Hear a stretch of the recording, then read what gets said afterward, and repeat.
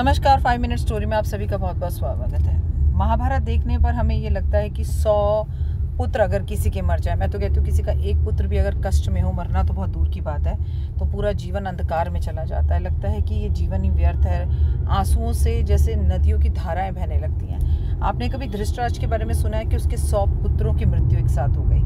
जब उसके 100 पुत्रों की मृत्यु एक साथ हो गई तो वो उसने कृष्ण जी से पूछा कि मैंने अपने जीवन में कभी ऐसा कोई काम नहीं किया, फिर भी मैं अंधा हुआ तो हुआ। 100 बच्चे हुए तो दिल को लगा कि इनफैक्ट 101 बच्चे, उनके 100 बच्चे थे और एक उनकी बिटिया भी थी। 100 पुत्र हुए तो ऐसा लगा कि अब अंधापन दूर हो गया, मैं अंधा किस बात का हूँ। लेकिन मेरे सारे पुत्रों को 5 पांडवों ने मार डाला। मैंने ऐसा कौन सा बुरा कर्म किया था, मुझे तो कोई याद नहीं है। तो भगवान ने कहा से 100 वर्ष पहले के भी जो बुरे कर्म होते हैं ना, वो भी आपको भुगतने पड़ते हैं। और आपने तो अपने कुछ समय पहले, अपने किसी पूर्व जन्म के अंदर आप एक शिकारी थे और शिकार करने के लिए निकले, तो आप एक चिड़िया को मारने की कोशिश कर रहे थे, पर आप चिड़िया को मार नहीं पाए।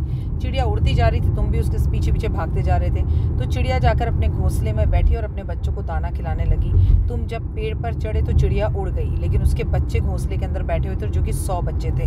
तुम्हें इतना गुस्सा आया, अपने गुस्से में पागल होकर तुमने चिड़िया के 100 बच्चों को तीरों से भेद दिया, मार दिया। इसीलिए तुम्हारे को उस जन्म का फल मिला है और चिड़िया का श्राप मिला है, जो तुम्हें इतने वर्षों बाद इस जन्म के अंदर तुम्हारे को अपने 100 पुत्रों की मृत्यु का जो दर्द है वो सहना पड़ा। तो कर्म से तो ना मैं भाग सकती हूँ ना आप भाग सकते हो। Just believe in Karma. हम जो कर्म करेंगे वो हमें भरने भी पड़ेंगे। तो याद रखिए, कोई भी चीज़ आपके जीवन में हो रही है और आप बहुत दुखी हैं, तो 100 वर्ष पुराना भी अगर हमारा कोई पाप हो तो भगवान कहता है भरना उसे भी पड़ेगा, बच तुम उससे भी नहीं पाओगे। इसलिए जो भी कर्म करें सोच कर करें, 10 बार किसी का दिल दुखाने की कोशिश कतई ना करें। और मृगशीरा